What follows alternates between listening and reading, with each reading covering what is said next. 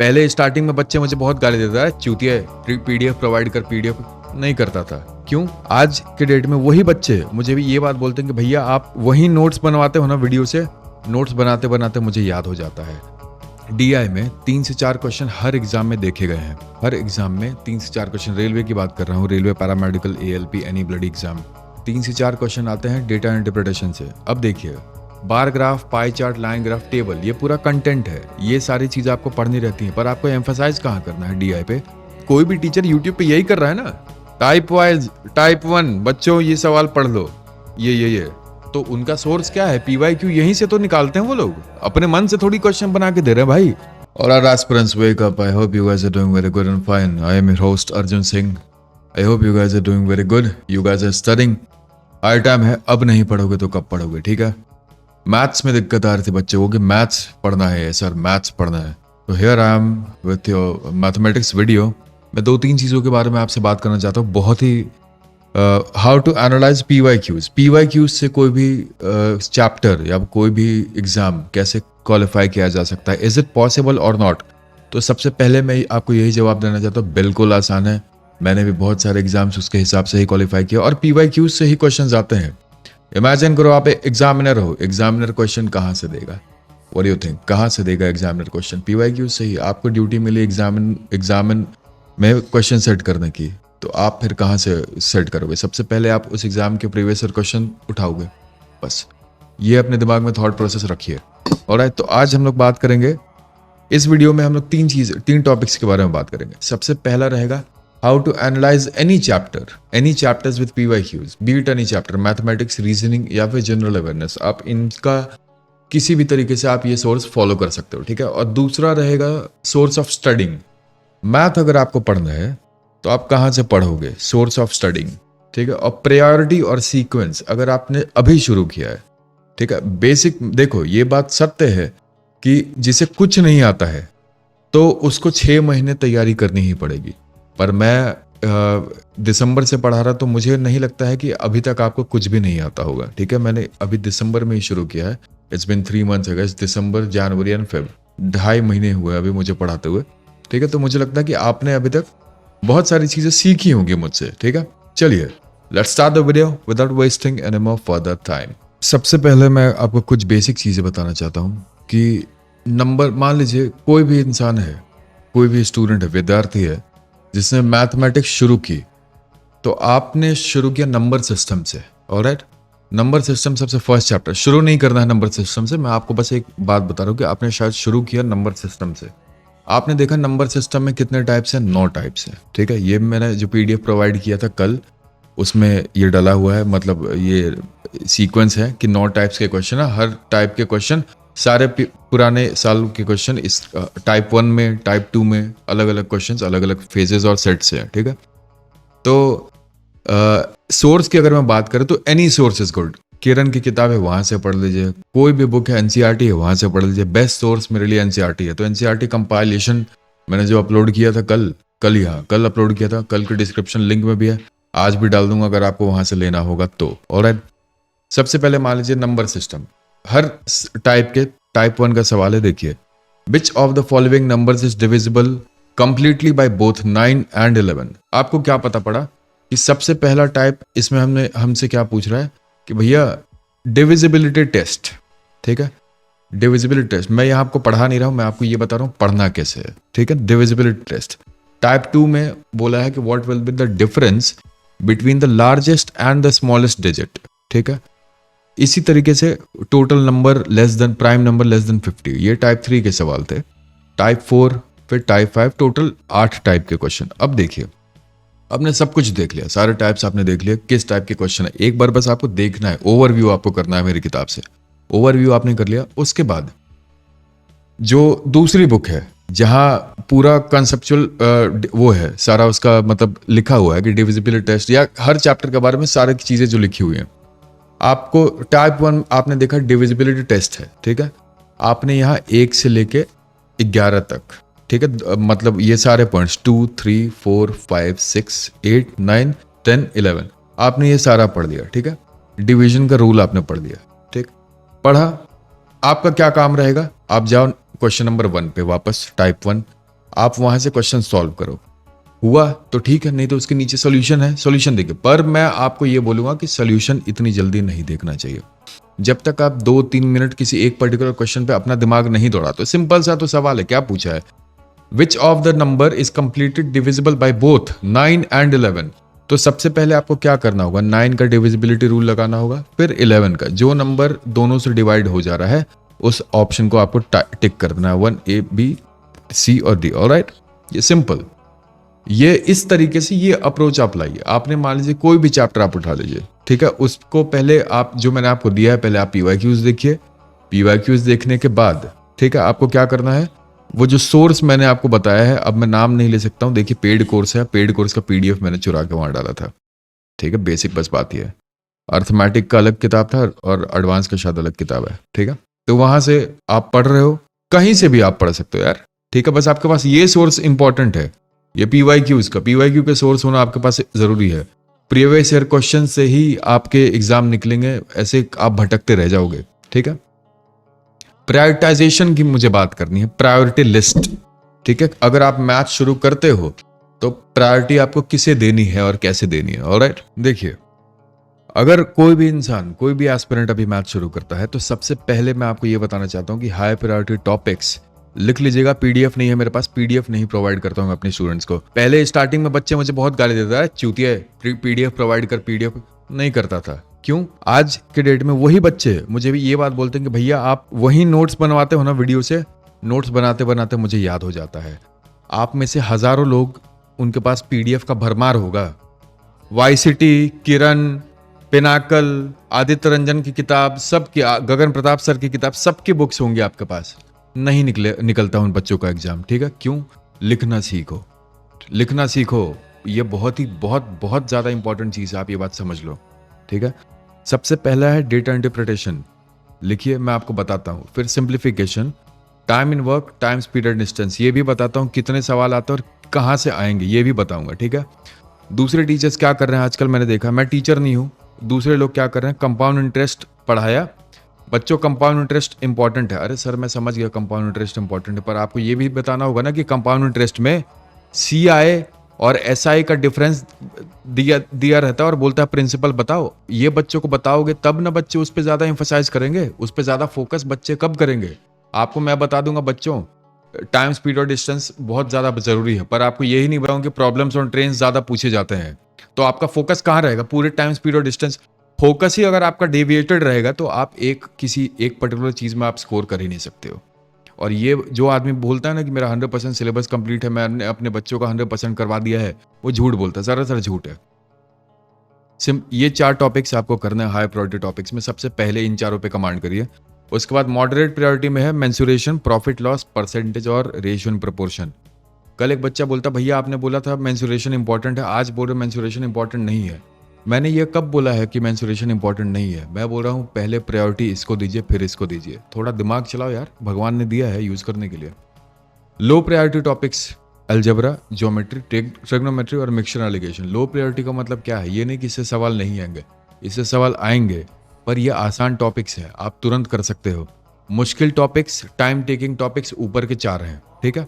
Next slide पे आइए, एक चीज आपको बताना है, डेटा इंटरप्रिटेशन है।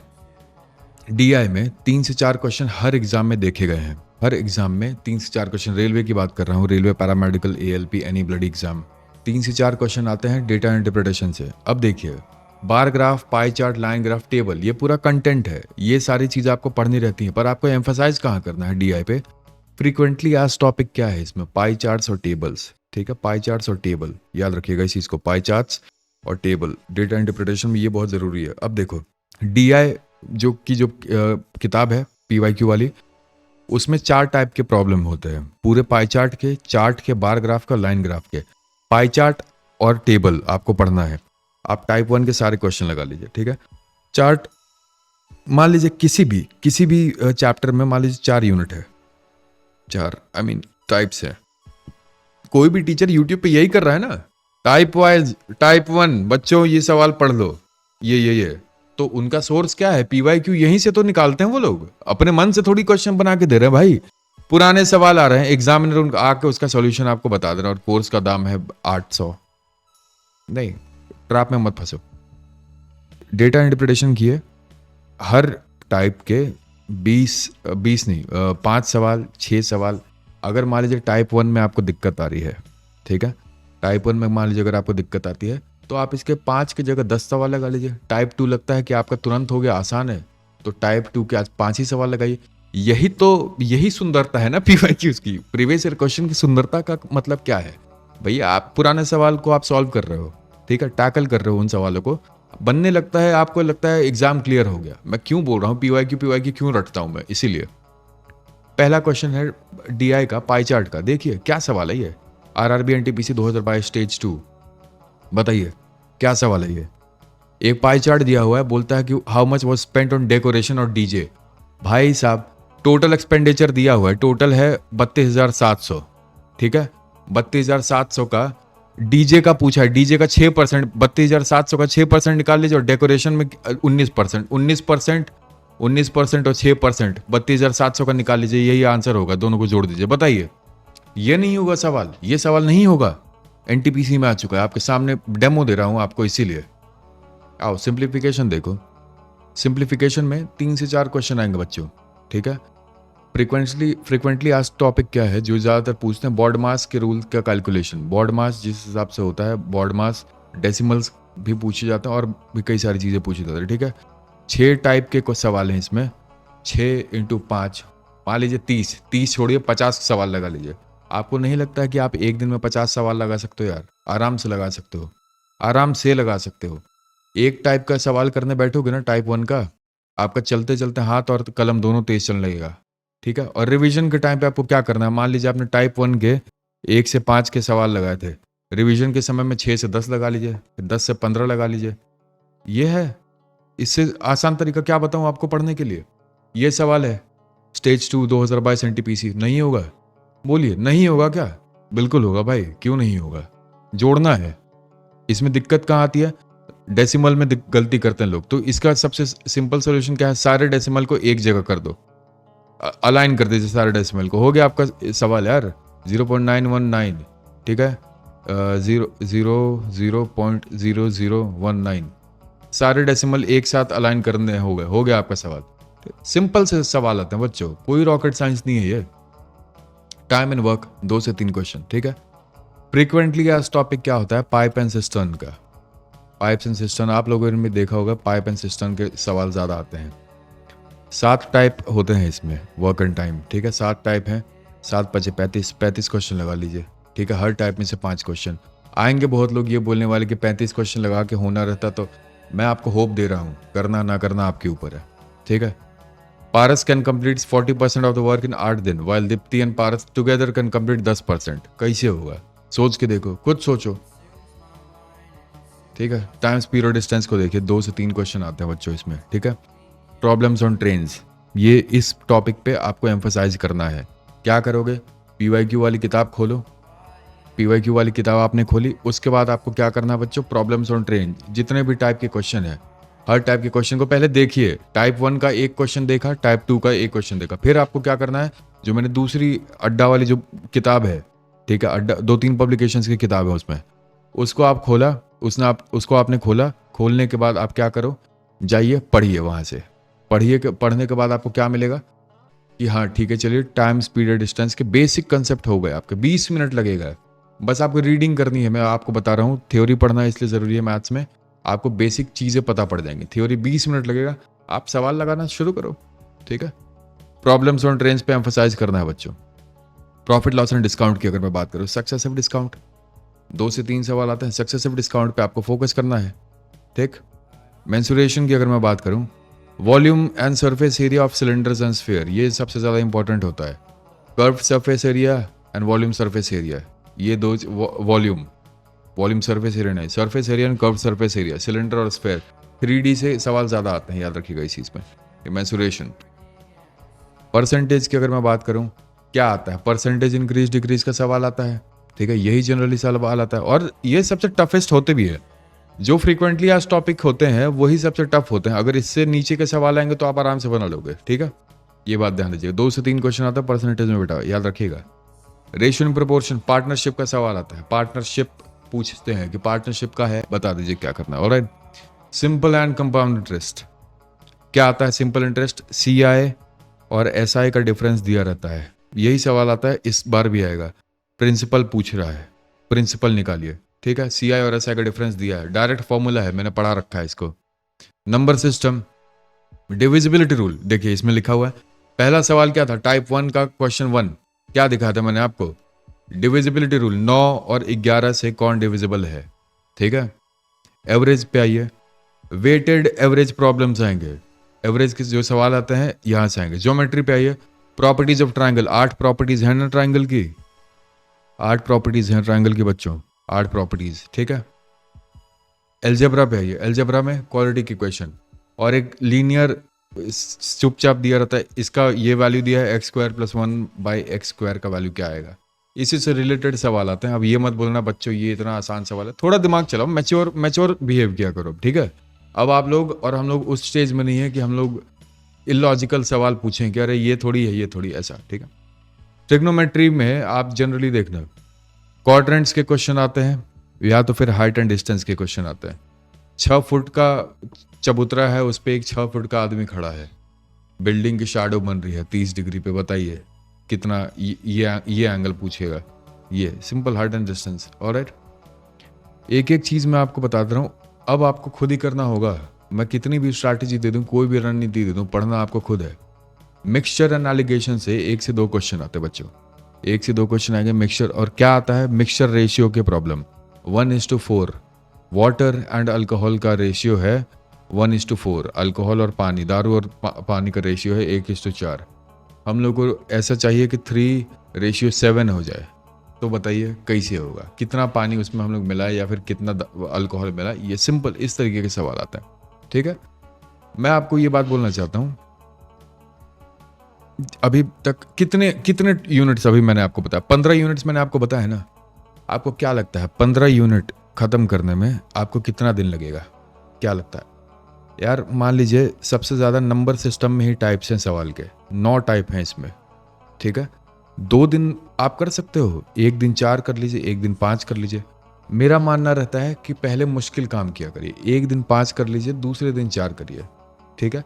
आज आसान काम करोगे तो कल बर्डन बढ़ जाएगा, ठीक है। 1 दिन 5 टाइप कर लीजिए, 1 दिन 9 टाइप कर लीजिए, ठीक है। या तो फिर आप ऐसा कर सकते हो, एक ही दिन पूरा 9 टाइप कर लो। 35 सवाल लगाने बहुत ज़्यादा मुश्किल नहीं, 45 सवाल बहुत ज़्यादा मुश्किल नहीं है।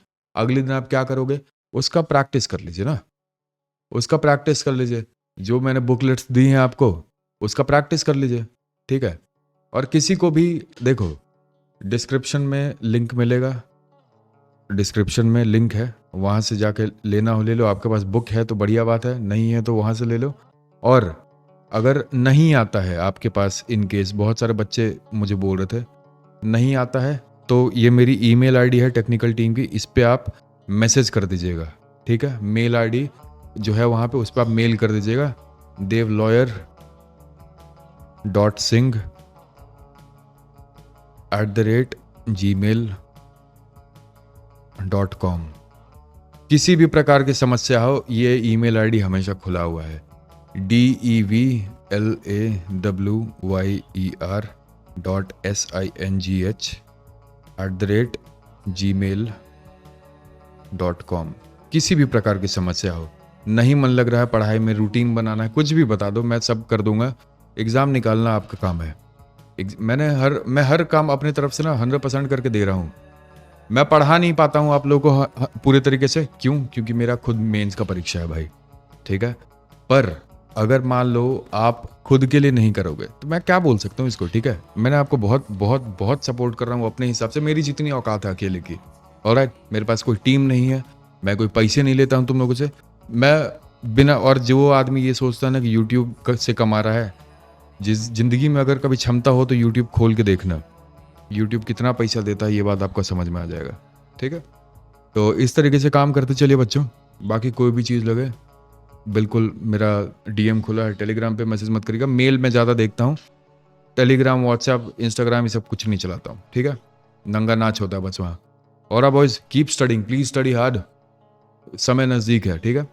और NTPC के बाद अभी बहुत सारी परीक्षाएं आ भी रही हैं, CGL है, SSC है, मैं आपको इस काबिल बना दूंगा कि आप SSC का माइंडसेट आप लेके आ जाओगे।